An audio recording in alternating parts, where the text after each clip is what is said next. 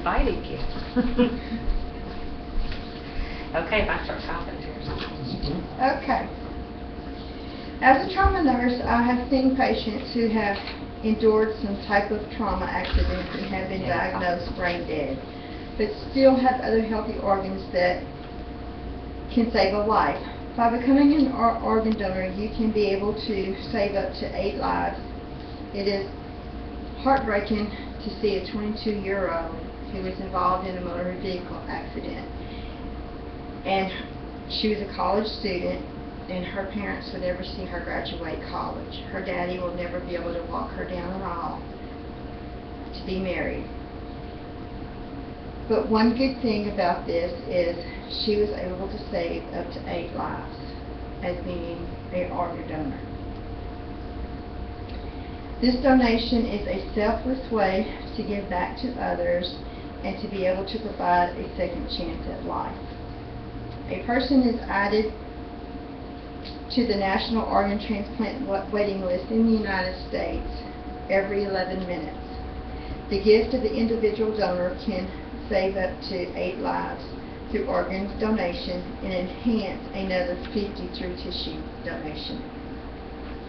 Today I would like to begin with the need for organ donation. Then I would like to discuss and refute any of the myths about becoming an organ donor. Last, I will focus on how to become an organ donor and the benefits of organ donation. By donating your organs, you can enrich so many lives with your gift. Your gift is not just for the recipient, but also for the recipient's entire family. Let's begin. Every day, an average of 18 people die waiting for a life-saving organ transplant. The problem is that there is a critical shortage of organs available for donation. There are more than 113,000 patients in the United States waiting for an organ transplant, and more than 11,000 here in Texas. Last year alone, more than 6,300 people died waiting for an organ transplant, and about 18 people will die every day waiting for an organ transplant. The generosity of an individual donor can save up to 8 lives through organ donation and enhance another 50 through tissue donations. As of today, more than 28,000 organs are transplanted and close to 1 million tissues are transplanted in the United States. The organs used for transplant include your kidneys, heart, lungs, liver, pancreas, and small bowel. The tissues include skin, bone, heart valve, veins, and corneas. Skin is used for burn patients and individuals with cancer. And the bone can be used to treat orthopedic injuries and cancer patients. The corneas can enhance eyesight. Now let's see at the argument against organ donation. The age and medical history are factors. However, almost anyone can be an organ, eye, and tissue donor. Parents' permission is required if you're 18 years or under to become a donor. The decisions about medical suitability for donations are made at the same time of brain death. To define brain death occurs when the brain is totally and irreversibly non-functional. Brain death is caused by not enough blood supply of oxygen, which causes the brain cells to die. In order to be declared brain dead, a qualified physician, such as a trauma surgeon or a neurologist, completes an extensive physical examination, and 3 or more criteria must be met, such as unresponsiveness, absence of reflex, apnea testing, and lastly is the cerebral blood flow test. I would like to discuss and refute some of the myths about becoming an organ donor. Will the doctor still work on me to save my life if I am a registered donor? The answer is yes. There is no conflict between saving a life and using organs, eyes, tissues for transplant.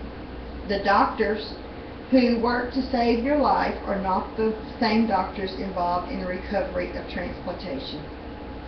It is only after every attempt has been made to save your life and death has been declared, then the donation process begins. Organ donation is against my religion. Organ donation is consistent with most religions, such as Catholics, Protestants, Baptists, Islam. Most religions support donation as a humanitarian of the giving. If you are unsure of your religious faith, you may contact DonorLifeToday.com. If I am an organ donor, will an open casket be possible? The answer is yes, because you will be fully clothed and no one would be able to see the scars or the incisions. For example, if they remove your bones for bone donors, a rod would be inserted where the bone was taken. For skin donors, the skin is taken from the back, so you're still clothed, no one will see anything. How to be an organ donor and the benefits of organ donation.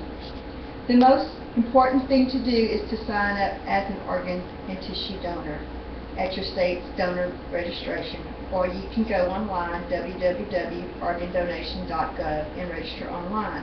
It is a very simple process and requires basic information. Designate your decision on your driver's license as well as when you renew it. Talk to your family about your decision to be an organ donor. Most importantly, make your decision and spare your family on having to make that decision in the grieving process. The benefits that come along with organ donation is the satisfaction of giving the gift of life. The gift of giving provides a second chance for a life for the recipients and their families. The gift of giving also helps the donor's family with the grieving process in knowing that their 22-year-old daughter's heart is given to a 19-year-old who was dying with end-stage heart failure. With all of these facts, please give the gift of life and become an organ donor. As a trauma nurse, I am very passionate about being an organ donor. Yes, I am a registered donor, and my wishes are known to my family members. If I were in a tragic accident, the burden on my family of making the decision is taken away from them, and I will give the gift of life to someone else. Think about this. What if your child was diagnosed with liver failure and would die without a liver transplant? What a miracle it would be for your child to receive the gift of life, and that child could grow up to be an adult. Your gift is good.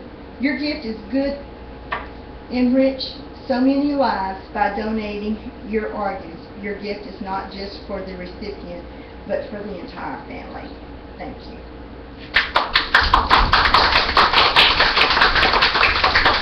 Very good. Very good. Make you want to be an organ donor, huh? No. Why not? They need old organs.